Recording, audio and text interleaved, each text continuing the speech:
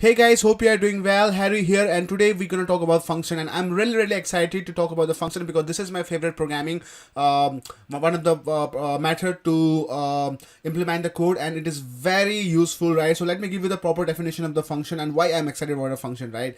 So in programming, a function is a self-contained block of code that perform a specific task or a set of instruction. Function are used to organize and modelize code, make it more readable, reusable, and easy to maintain, right? So what kind of programming is this, right? So basically we have two kind of programming.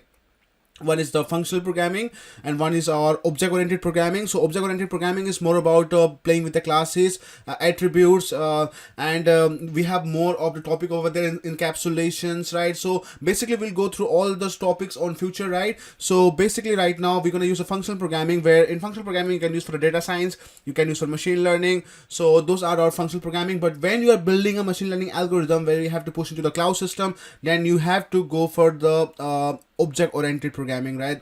More about building classes because it's safe, nobody can replicate your code, and you have your own method over there, right? So let's say how the diagram work, right? So we are defining a function over here, then we name the functions. It can be x, y, z, anything, the function name, right? So we can say like, okay, linear algebra, and that's basically a function name. Then we'll put the linear algebra algorithm inside the statement.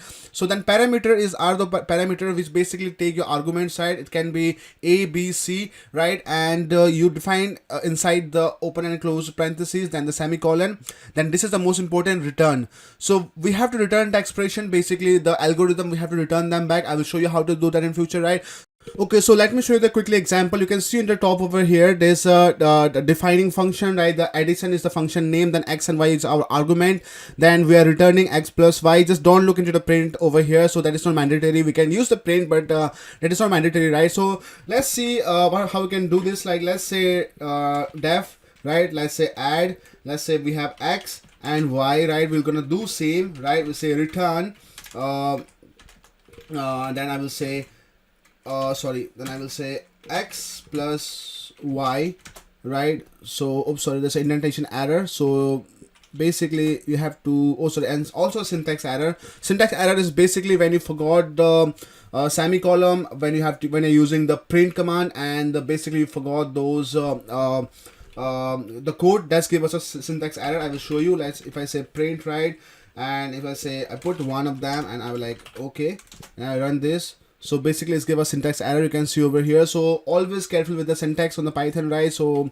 and also with the indentation error. So indentation is I'll make a separate video about this error, right? After this, right? So you can see over here this is the indentation error, so you have to fix the indentation. So once we'll go through all the programming, then before starting our object-oriented programming, I will go through all the indentation error. Okay, so now I'm gonna call this function, right? I will say add. So 10 and 20, you can see over here just give it 30, right? So I talk about the reusability, like why the function is reusable. I will show you. If I say this, right, and I say this, and yeah, there we go. Now you can see we can reuse the function again, right? So similarly, if you want to do the division, so division, and you say like div, right? Just you can name anything. It's not only you can write div, you can say like division, right? It's on you, whatever you want to name, right? A by b, then I will say okay, return, right? So a divided by b, right? You can say over here now division 10 20, right? You can say 0.5. So basically there's a one more way how to use a function, right? There's a one more way I will show you, and you can say like def, right? Let's say math, right? And I say like x and y, right?